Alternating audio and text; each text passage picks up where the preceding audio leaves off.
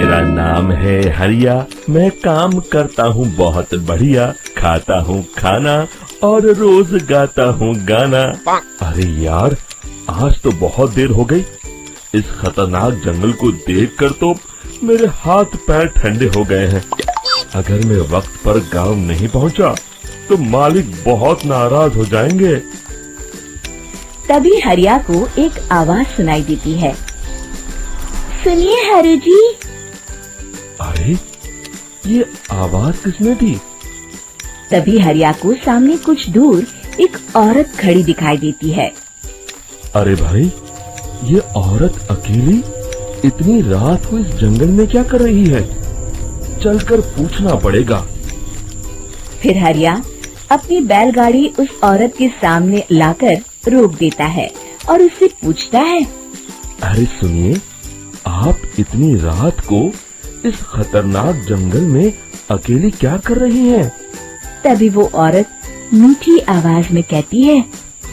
अरे हरु जी, आप आ गए। मैं कब से आपका इंतजार कर रही थी।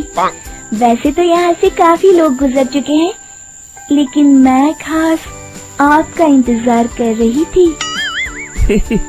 अच्छा, तुम सच कह रही हो? मुझे तो यकीन नहीं हो रहा है। वो क्या है ना, आज तक किसी ने मुझसे इतने प्यार से बात नहीं की। हाँ हाँ हरु जी, मैं सच कह रही हूँ।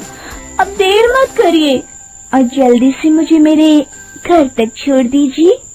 हाँ हाँ, कौन सी बड़ी बात है, अभी छोड़ देता हूँ। आप मेरे पीछे बैलगाड़ी में बैठ जाइए और मुझे रास्ता बताते चलिए। फिर वो औरत हरिया की बैलगाड़ी में बैठ जाती है और हरिया बैलगाड़ी हाँकता हुआ आगे चल पड़ता है। फिर उस औरत के बताए हुए रास्ते पर चलते चलते हरिया बैलगाड़ी लेकर एक काली गुफा के आगे आकर रुक जाता है। हरिया उस औरत से पूछता है। हाँ देवी जी, आपका घर कहाँ है? यहाँ तो एक गुफा के अलावा और कुछ नहीं है। तभी अचानक वो औरत हवा में उड़ने लगती है। देखते ही देखते उसका सुंदर रूप एक डरावनी चुड़ैल में बदल जाता है और वो जोर जोर से हंसती है। अरे तू तो एक नंबर का बेवकूफ निकला। तू तो बड़ी आसानी से मेरी बातों में आ गया। अरे मर गया रे, ये तो एक चुड़ैल है।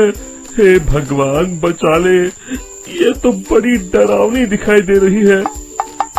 और फिर अगले ही पल हरिया की बैलगाड़ी में रखा सारा सामान हवा में उड़ता हुआ उस काली गुफा के अंदर चला जाता है और वो चुड़ैल भी उस गुफा के अंदर जाकर कहीं गायब हो जाती है।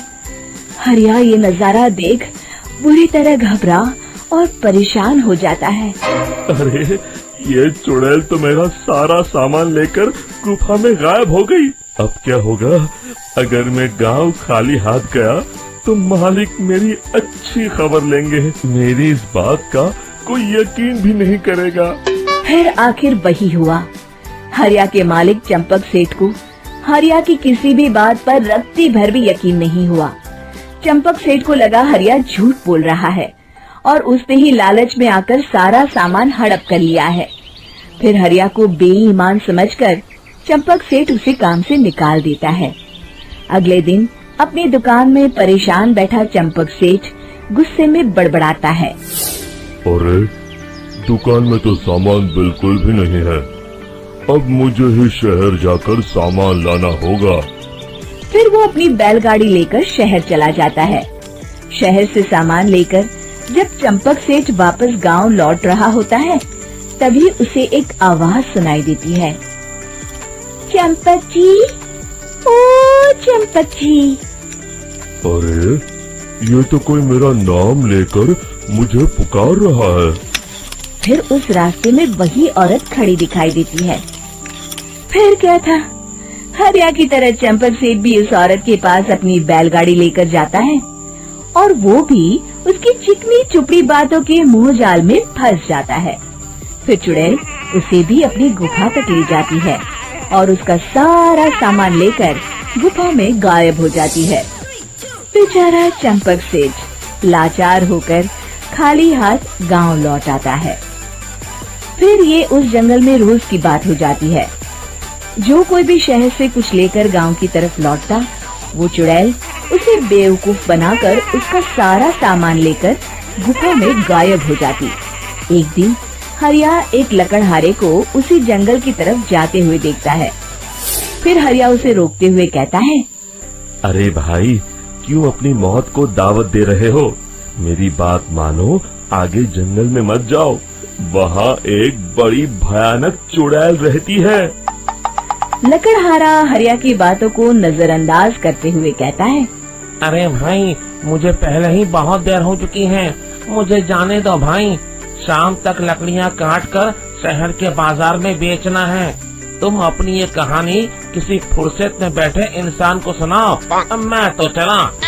इतना कहकर लकड़हारा वहाँ से आगे जंगल की तरफ चला जाता है। फिर अगले दिन गांव के मुखिया के घर के बाहर बहुत सारे लोग जमा हो जाते हैं। तभी हाथ में कुल्हाड़ी लिए खड़ा लकड़हारा कहता है, अरे मुखिया जी, अब आप ही हमें बचाइए उस जंगल वाली चुड़ैल से। हमारा सारा काम तो शहर से ही होता है। अरे मुखिया जी, उस चुड़ैल की वजह से तो मैं पूरी तरह बर्बाद हो गया हूँ। हम सबको मिलकर उस चुड़ैल का कोई इलाज करना पड़ेगा। तभी भीड़ में खड़ा वीरा कहता है, आप लोग चिंता मत करिए, कल से वो चुड़ैल किसी को नहीं लूट पाएगी। मेरे पास एक बहुत अच्छी तरकीब है। तभी चंपक सेठ उसका मजाक उड़ाते हुए कहता है, अरे तेरा नाम वीरा है तो क्या हुआ? तूने अभी उस चुड़ैल को देखा नहीं है? जाकर अपना काम कर, बड़ा आया। तब मुखिया जी कहते हैं, नहीं नहीं चंपक सेठ, मुझे लगता है हमें इस लड़के को एक मौका देना चाहिए।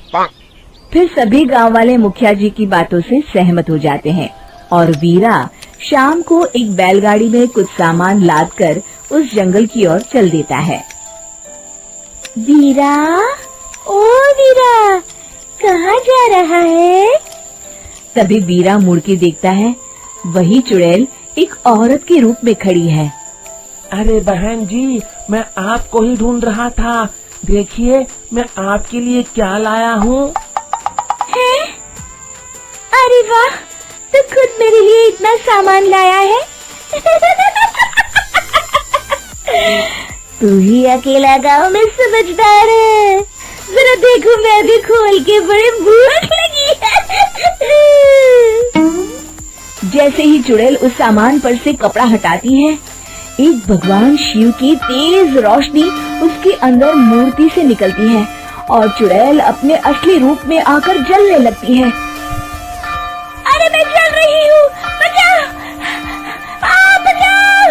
ओम नमः शिवाय, मर गई मैं! देखते ही देखते वो चुड़ैल राख के साथ उड़ जाती है और सभी गांव वाले भी वहां आ जाते हैं।